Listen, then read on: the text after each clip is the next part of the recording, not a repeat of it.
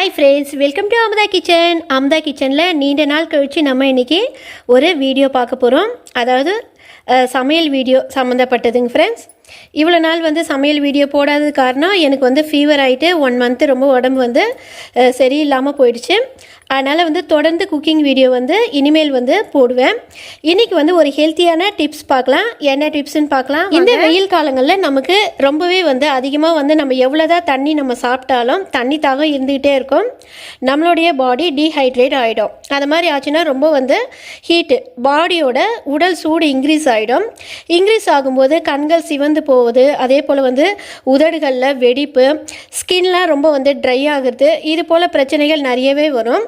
தண்ணி நம்ம என்னதான் வெறுமனே தண்ணி சாப்பிட்றதுன்றது நம்மளுடைய உடம்புல அந்த நீரோட சமநிலை பேலன்ஸ் ஆகாது.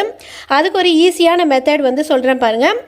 உறைவிட்ட தயிர், அதாவது இந்த நைட்டு உறைவிட்ட தயிரில் புளிப்பு சுவை அதிகம் இருக்காது. இப்போ பனிக்காலன்றதுனால இதில் நைட்டு உறைவிடுற தயிரில் ஈஸ்ட் அதிகமாகவே நமக்கு வளரும். இது போல் இருக்கக்கூடிய கொஞ்சம் லைட்டாக கொஞ்சம் புளித்த தயிர், ஒரு நாள் தான் நைட்டு புளித்த தயிரில் இது பழைய சாதம்.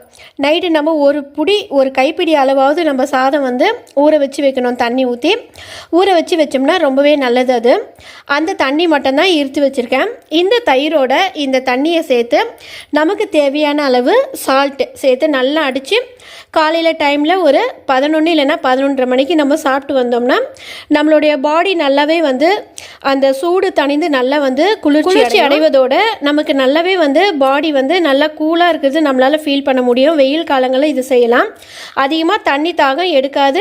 நம்மளோட பாடி நல்ல ஒரு நீர் சமநிலையை பெற்று ரொம்ப அருமையாக இருக்குங்க ஃப்ரெண்ட்ஸ். இது போல் செஞ்சு பாருங்கள். தயிர் அதிகமாக புளித்த தயிர் எடுக்காதீங்க. கோல்டு எஃபெக்ட் ஆகிடும். வெயில் காலமாக இருந்தாலும் சரி, எந்த கிளைமேட்டுக்கும். ஓகேங்க ஃப்ரெண்ட்ஸ், இது போல் நீங்களும் செஞ்சு பாருங்கள். இது போல் நம்மளுடைய உடல் சூட்டை தணிக்கிறதுக்கு நல்ல ஒரு வீட்டில் இருக்கக்கூடிய பொருட்களை வச்சு ஆரோக்கியமான முறையில் நம்ம எப்படி நம்ம உடல் சூட்டை தணிக்கலாம் அப்படின்னு சொல்லிட்டு தொடர்ந்து எல்லா வீடியோக்களையும் நம்ம பார்த்துட்டு வரலாம். ஆரோக்கியமான வாழ்க்கையை வாழறதுக்கு சில அதாவது வீட்டில் உள்ள பொருட்களை வைத்து நம்ம ஈஸியாக நம்மளுடைய ஆரோக்கியத்தை நம்ம பாதுகாத்துக்கலாங்க ஃப்ரெண்ட்ஸ். ஓகேங்க ஃப்ரெண்ட்ஸ், பாய், தேங்க்யூ.